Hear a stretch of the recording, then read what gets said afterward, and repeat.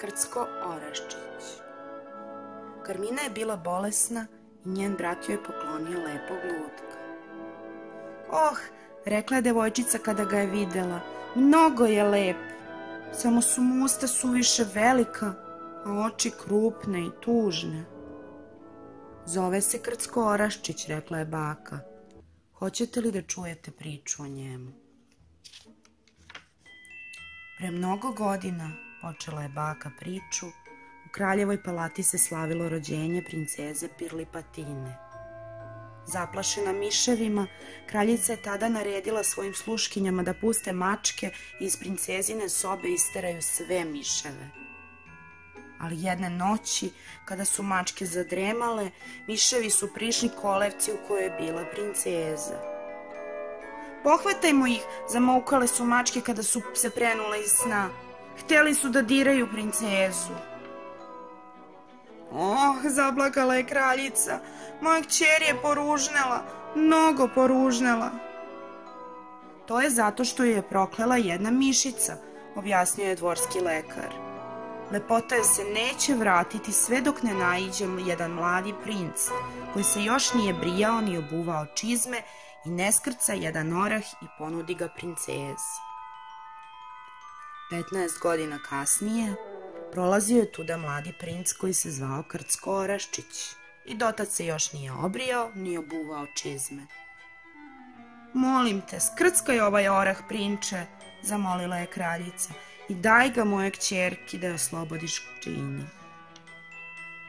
Krcko Oraščić je skrckao orah i dao ga princezi da ga pojede. Baš si ljubazan, prinče, prošaputala je princeza Pirlipatina i skrila lice da ga mladić ne bi video. I kao što je bilo prorečeno, čim je princeza pojela orah, pretvorila se u lepu devojku. Ako dozvoljavaš, rekao je zadivljeni princ, isprosit ću te od kralja i kraljice. Ali razljućena mišica pretvorila je sada princa u ružnog lutka. Kakav užas, kriknula je princeza, nikad se neću udati za tako ružnog lutka.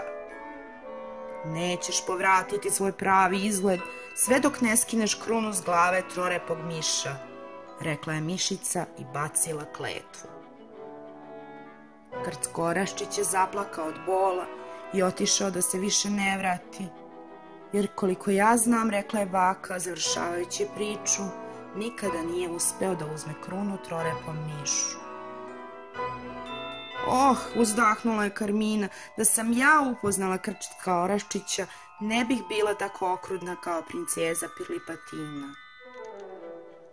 Ja sam Krcko Oraščić, začarani princ o kojem je pričala tvoja baka, rekao je lutak.